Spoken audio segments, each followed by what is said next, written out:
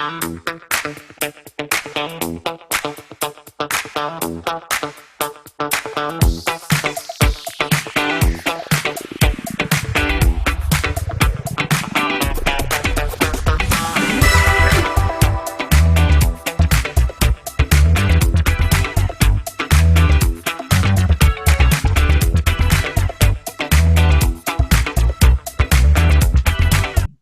Gabriel. How are you?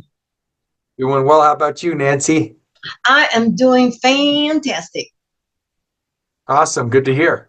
Why the heck not?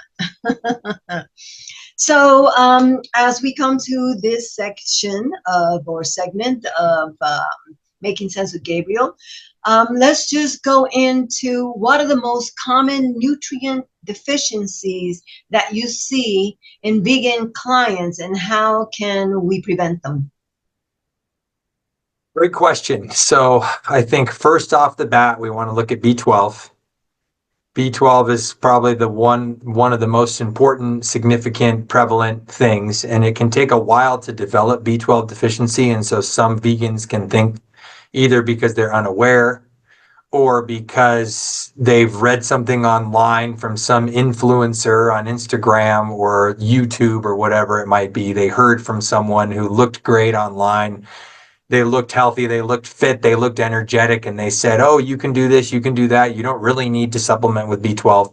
But coming from a health professional like me, a registered dietitian, of course, who's, wants to use evidence-based information in any recommendations that I might make or that other registered dietitians, hopefully, nutrition professionals might make, it's that if you're living a plant exclusive or a vegan lifestyle, it's essential, absolutely paramount, important for vegans to supplement with B12. There's some chance that you can rely on fortified foods if you're consuming them every single day and multiple times a day. So in some of the plant-based meats and some forms of nutritional yeast, I think it's Red Star nutritional yeast, and there may be other brands, but that's a popular brand that's common. Trader Joe's also. Yeah, they'll fortify nutritional yeast, but again, never trust that nutritional yeast or any product's going to have B12. It's important that people actually check the package. And so if you're utilizing fortified foods, but it's like if you're going to rely on those, I think at the very least, you're going to need to be consuming them multiple times a day so that your body's consistently getting exposed, right? The gut is consistently getting access to that B12. And then it's able to absorb it and utilize it, make it bioavailable, meaning we're able to actually absorb it and utilize it in our body. There's some chance you can get away with not supplementing, so taking a B12 supplement. But I always say, hey, it's not terribly expensive. It can be relatively super cheap, in fact, to just take a B12 supplement, because then you're going to guarantee, kind of like an insurance policy, you're going to guarantee that you get what you need with the supplement, because you can just take it every day. Or there's certain dosages where if you're taking like 1,000 milligrams or something, or no, sorry, micrograms, I believe, 1,000 micrograms of B12, you can take it like every other day or every 3 days. I can't remember off the top of my head, so don't quote me, but it's like, we only need a very small amount per day, but most supplements aren't going to just give you the 250 micrograms or whatever. And even that's probably more than you need per day. But because B12 is one of those water-soluble vitamins, the kidneys are just going to filter out whatever we don't need. So we don't have to worry too much about excess B12 in our diet. But that being said, we don't want people taking thousands upon thousands of micrograms of this stuff, because there's no reason to take more than what's just in already your multivitamin that you're taking or your normal B12 supplement. Just take what's recommended on the bottle or, whatever it is, and don't exceed that. Unless in partnership with a medical professional, with the primary care physician or something like that, you're getting a recommendation to exceed some normal dosage that you're going to get on, your daily multivitamin or whatever you might take. So B12, crucial. And if somebody's going to rely on fortified foods because for whatever reason they don't want to take a supplement of B12, then again, it's important that we see the doctor regularly. I know this is an important health equity issue. Some people don't have access to health insurance. There's very good reasons for that. And so they might not be able to see a doctor, a primary care physician on an annual basis. But for the people that have access to medical care, consistent medical care, it's like, hey, it just makes good sense. Try to get an annual checkup and try to get annual blood work, because that's just the general benchmark or baseline that we can set. It's like, if we're getting our annual blood work done, always ask them to make sure. It should be part of a routine blood thing, but that you want to make sure, especially as a vegan, that they're getting a test to make sure, there's tests for this, right? In our blood work that can show whether or not our B12 status is what it should be. So very important for vegans. Get your annual blood work and then make sure your levels are what they're supposed to be, so that we know, right? So that we get some good hard data on whether or not our status is what it should be. In addition to B12, there are some other things that we don't necessarily have to supplement as vegans, but I always think of it again as an insurance policy. So D3, this is universal, right? So omnivores, vegans, paleo, whoever you might be, many of us in modern society can fall short in vitamin D3 levels. And so I take this supplement. I have no relationship to this company, called Complement. And Complement has their Essential Plus or something like that. And it has some of the heavy hitters that can be important for vegans to take. And so, of course, B12, number one.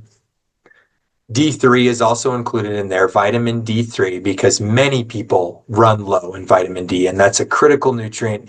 Cancer prevention, bone health is a big one. Vitamin D has a lot to do with absorption of calcium and that whole cycle in the body to make sure that we're absorbing and reabsorbing calcium and we have what we need to maintain bone integrity. And so D3 essential. And then this one, not everybody needs to take, but I think it's another insurance policy, is EPA and DHA. And those are the long chain forms of the omega-3 fatty acids that we can get in foods like flax, hemp, chia. Those are like your heaviest hitters in the plant kingdom. But then you're also going to get some in a variety of other nuts and seeds. Walnuts are the big one among the nuts that are really high in the omega-3 fatty acids, the omega-3 precursors, because again, we take the precursors, which are things like ALA, alpha linolenic acid. We have to confirm that short chain omega-3. Our body converts it into the long active forms of omega-3, EPA and DHA, that are very important for brain and cardiovascular health long term. And so I think those are important for me, based on what I've seen in the data. I think it's a good idea to take the already active forms of the long chain omega-3s, which are EPA and DHA. And as vegans, we can get those in the form of not fish oil, because we don't want to take fish oil if you're following a vegan lifestyle. But there are companies like Complement who use algae, right? The fish, the reason they eat the algae, and that's the reason that they get the omega-3s. And so why use fish to get your omega-3s when you can get it straight from the source? And those are the algal sources of EPA and DHA. And so that's what you get in Complement. And then in addition to those three, B12, D3, EPA and DHA, long chain form omega-3 fatty acids. You have a few other nutrients that are like, again, you can get them on a well-planned vegan diet, but in our modern food system, but depending on where food is grown and what the quality of the soil is, and how nutrient dense that soil is, iodine is another big one, right? Depending on where you live, what your soil is like, it's where your food is grown, etc. We get various levels of iodine. Iodine's a very important nutrient that we need, and so it's like, beyond a question, beyond a shadow of a doubt, we need to make sure you get iodine, of course, in your sea vegetables. So if you're consistently consuming some sea vegetables, you're going to get some iodine. But if you want to take out an insurance policy and guarantee you're just getting that baseline good amount to maintain your long-term health, then iodine's great to supplement. It happens to be in Complement as well. Complement's just kind of a catch-all for some of these heavy hitters that we want to be focused on if we're following plant-based diets. It also has selenium. And so that's just another one of our micronutrients. Minerals, of course. Iodine and selenium are minerals. And so selenium is another important one to think about. So iodine is another one to consider. And then, of course, selenium. Selenium's another one of our micronutrients, another one of our minerals like iodine that we need to make sure we're getting enough of on a vegan diet. It happens to be in this multi that I take called Complement, Essential Plus or something like that in Complement. And the heavy hitter for selenium in the plant kingdom are Brazil nuts. So if people are just eating a few Brazil nuts, you don't even have to eat them every single day, but just a few Brazil nuts here and there, right, on a consistent basis, every few days, every week or so, you're going to make sure you're getting enough selenium. But if you don't want to worry about it, or you don't like Brazil nuts because you think they taste like dirt or whatever, then make sure that we just need to make sure that we're getting selenium into our diet, or including it in a supplement like Complement, which happens to cover it. What else is in Complement? Because Complement's just a company who's taken some of the things that we don't always get enough of on a plant-based diet unless we're planning it carefully enough. And they threw it into this daily multivitamin, multi-mineral, etc., to make sure we're getting enough. It also has K2. K2, I don't think is something that's a heavy hitter that we need to worry especially about, but they happen to throw K2 in there. And then iodine, selenium, the other three. I think there's one more that I'm forgetting off the top of my head. And I'm going to have to Google it real quick because I just don't have all this stuff memorized all the time because I don't talk about it every single day. So B12, D3, selenium, iodine, and the other one was omegas thus far. Oh, zinc and magnesium are the only other two. So yeah, zinc is another one. Zinc you're going to get from a bunch of different plants. I don't have them all memorized off the top of my head. But in our modern world, people can just Google, hey, what plant foods are high in zinc? And it's going to come up with a bunch of foods. And you can just make sure to prioritize some of those foods. But it includes some zinc, because zinc's another one that it's not like a red alarm, red alert kind of a thing, as much as like B12 is. But it's still something that we want to focus on if we're following a plant-based diet. And then magnesium is just another one that we want to make sure we're getting enough of. And this particular multi that I take, that again, I have no relationship to the company. I just take it because they've got a lot of independent testing. It's very high quality. It's completely vegan and cruelty free. And it's a great way to make sure that you're getting enough of the things that you may not get enough of unless you're going out of your way to really focus on bringing them into your planning in your weekly or your daily routine on a plant-based diet. Okay, well, let's just name them again. D3, B12, omegas. Yes. Zinc, magnesium. Selenium, iodine. Selenium, iodine. Is that all? Those are the big ones. Those are the big ones. So now you know what we need to just look out for to make sure that we don't fall into these deficiencies. And again, just, we're talking about vegans, but obviously, like D3 and the other ones, it also applies for anybody. Yeah, and overall, we want to diversify diet to the extent to which you can afford it and you have access to it. Lots of color, lots of variety. So it's like, I'm not going to just eat pinto beans every day. Instead, I'm going to try to eat lots of different kinds and colors of beans and the other forms of legumes like lentils and split peas and all these different things. And I'm going to do the same thing with whole grains and the same thing with nuts and the same thing with seeds and herbs and spices. And, bring in fungus because all of our different mushrooms are wonderfully beneficial for our health.